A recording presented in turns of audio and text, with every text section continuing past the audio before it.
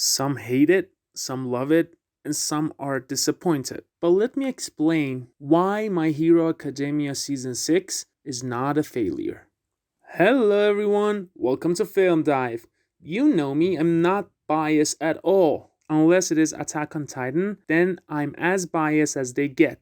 We are film divers, we have integrity. We don't care about bias. We dive deep into films, figure out what's going on, and make sarcastic jokes. But before we go to the good, the bad, and the ugly, if you like My Hero Academia, drop a like and let's see how many fans are out there. So, if you think that My Hero Academia is changing and taking a different direction, I'm sorry, but you might be wrong. From the beginning of the show, the story was not about Deku, Shigaraki, All Might, or even All for One. It was about one thing and one thing only: the superhuman society and how volatile and fragile it is. The first thing you hear in My Hero Academia is not heroes are good or I love heroes. It's this: humans are not created equal. It shows this vicious cycle that after superpowers appeared, people did not feel safe anymore. Because if anyone can have superhuman abilities, then all it takes is one bad day for a guy with a powerful quirk to decide to nuke a city. So hero profession was created to stop villains from doing that. But because now anyone with a useful quirk can be a hero, heroism gets corrupted. It becomes a competition, a trend, and a lifestyle. And that causes more hatred of heroes and eventually more villains. Because the people assigned to fight injustice are becoming the very symbol of injustice themselves.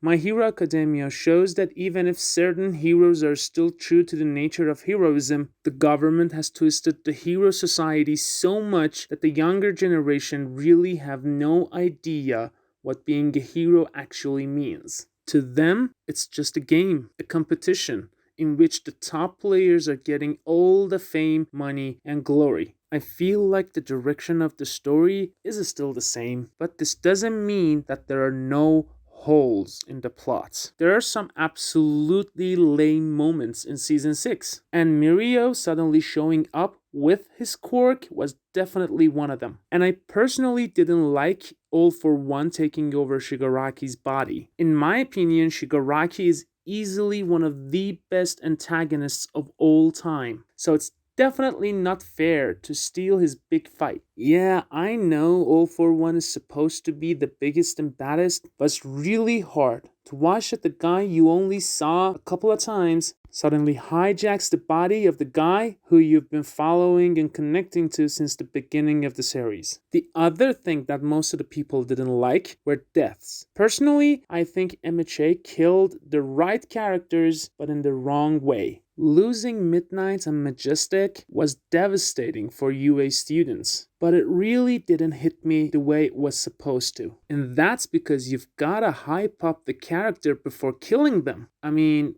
even if it's 10 season, you still need to do a guy justice before killing them off. The audience should feel the same loss as the characters. Overall, I think My Hero Academia is on the right track. There are definitely L's, but W's just outweigh them. For example, yeah, I didn't like Mirio suddenly coming out of nowhere, but I absolutely love watching Shigaraki manhandle Japan's best heroes and having fun doing it. Yeah, I didn't like to see All for One sticking out of Shigaraki like a parasite, but I definitely enjoyed watching Dabi dance in front of Endeavor and Shoto. I'm not gonna lie, I have a little problems with animation because we saw My Hero Academia movie and it was beautiful. To be honest, the anime needs to step it up, but the story needs more credit. As usual, don't forget to like if you liked the video, and with that out of the way, I see you guys next week.